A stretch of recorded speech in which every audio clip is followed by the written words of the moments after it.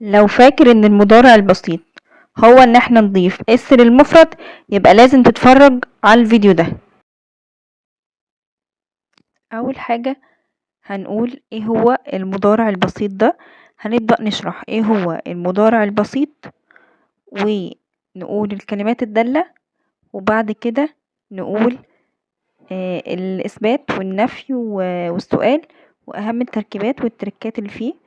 أول حاجة المضارع البسيط ده هو التصريف الأول للفعل بإضافة اس أو es أو ies، ده إذا كان الفاعل مفرد. بس برضو يعني ايه؟ مش فاهمين؟ هنشرح بس يعني ايه مضارع أصلا. مضارع يعني حاجة بتحصل في الوقت الحالي.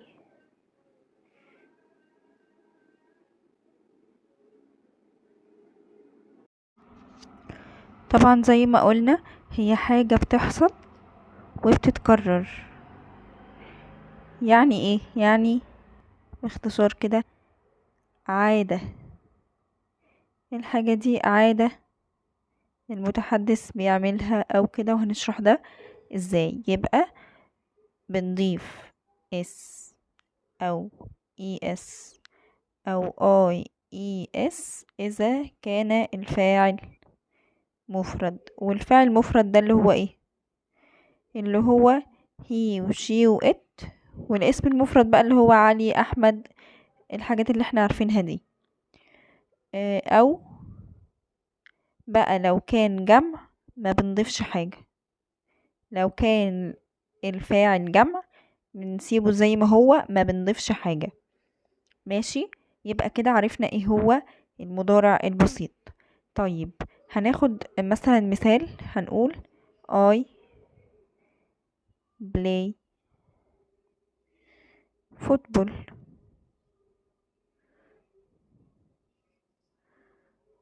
طيب I play football دي إيه اللي عرفنا ان هي مضارع بسيط؟ اول حاجة هنشوف الفعل. الفعل مفهوش اي اضافات، والفاعل مش مفرد، يبقى دي مضارع بسيط ومفيش كلمة بتدل على اي زمن كمان. طيب هناخد جملة تانية. he plays football. برضو هنا بقى عشان مفرد حطينا اس مع هي. ماشي، هناخد بعد ما خلصنا تعريفه هناخد الكلمات الدالة او الكيوردز للزمن ده. اول حاجة في الكلمات الدالة اللي هي ظروف التكرار. ظروف التكرار دي طبعا لازم نحفظها. اللي هي عبارة عن ايه بقى ظروف التكرار؟ اللي هي always يعني دائما، often يعني غالبا، usually ماشي يعني عادة، sometimes يعني أحيانا، occasionally يعني من حين لآخر. sometimes occasionally يعني من حين لآخر.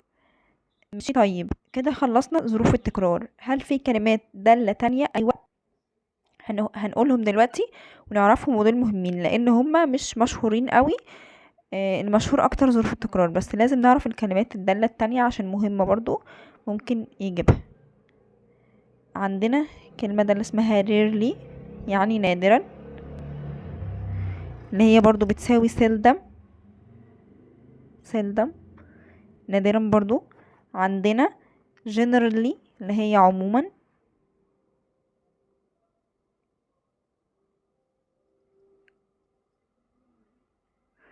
وعندنا regularly اللي هي بانتظام.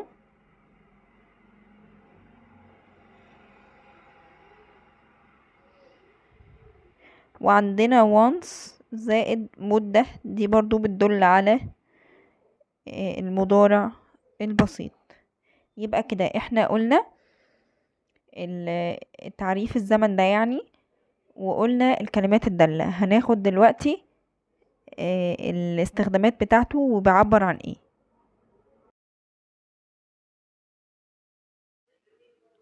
طبعا عندنا دلوقتي المضارع البسيط ده بيعبر عن ايه؟ بيعبر عن عادة او حاجة بيتكرر حدوثها على المدار الايام يعني، وبيعبر عن جدول المواعيد. يبقى بيعبر عن حاجة عادة بالنسبة لنا، زي مثلا هنقول ايه؟ I go to school every day. يعني انا بروح المدرسة كل يوم. هل دي عادة بالنسبة لي؟ ايوه دي عادة، يبقى تمام دي مضارع بسيط. عندنا تاني بيعبر عن جدول المواعيد. يعني ايه جدول المواعيد؟ بنستخدم له مضارع بسيط. جدول المواعيد ده اللي هو بيعبر عن مواعيد ثابتة، مواعيد قطار، مواعيد فتح وقفل مثلا مكان معين او محل معين، مواعيد تذاكر، مواعيد اي حاجة. دي بنستخدم معاها المضارع البسيط، زي مثلا the museum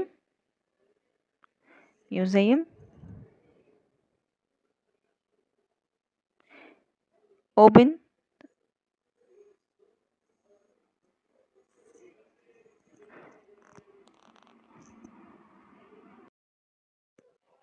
زي the train leaves at 9 o'clock. 9 o'clock. تمام، يعني القطار هيغادر الساعة 8 بالظبط. تمام كده، قلنا هو بيعبر عن ايه. ماشي، هنقول ايه تاني؟ هنقول صيغة النفي والسؤال والباسف برضو هنقولها. وهنقول برضو الإثبات. أول حاجة هنبدأ بس بالجملة الخبرية أو الستيتيف يعني. هنقول أول حاجة المضارع البسيط ده زي ما قلنا الجملة الخبرية بتبقى عادي فاعل، بعد كده فعل، بعد كده تكملة الجملة. ماشي. الفاعل ده ممكن يكون مفرد أو ممكن يكون جمع. طيب لو كان مفرد هنستخدم هنا اس. ماشي، يعني زي ما قلنا مثلا he eats chocolate, he plays football، أي حاجة. ماشي. طيب هل في كمان حاجة تانية ممكن تبقى مضارع بسيط واحنا نتلخبط فيها؟ نركز في دي لأنها مهمة جدا. ممكن يبقى فاعل زائد am أو is أو are زائد تكملة. ونركز هنا قوي. يعني ايه؟ حد هيقول ايه ده؟ مش am و is و are دي بيجي بعدها فيرب ing وكده تبقى مضارع مستمر؟ هقولك ما انا قلتلك زائد تكملة مش فيرب ing. وركز هنا قوي ان هي تكملة مش فيرب ing. ماشي، لما يجي بعدها تكملة يبقى مضارع بسيط عادي. طيب لو فيرب ing كده تعبر عن الاستمرار وتبقى مضارع بسيط وتبقى مضارع مستمر. ماشي كده، احنا قلنا الجملة الخبرية. طيب هنقول دلوقتي النفي. النفي ده بنستخدم ايه؟ don't طبعا مع الفعل الجمع، و doesn't مع الفعل المفرد، زائد المصدر اللي هو الانفينيتيف. ماشي، ده النفي. هل في صيغة نفي تانية؟ بنجيب never زائد الفعل كما هو. ماشي، هل في صيغة نفي تالتة؟ في، اللي هي عبارة عن ايه؟ اللي هي am و is و are زائد not زائد التكملة اللي احنا قلنا عليها.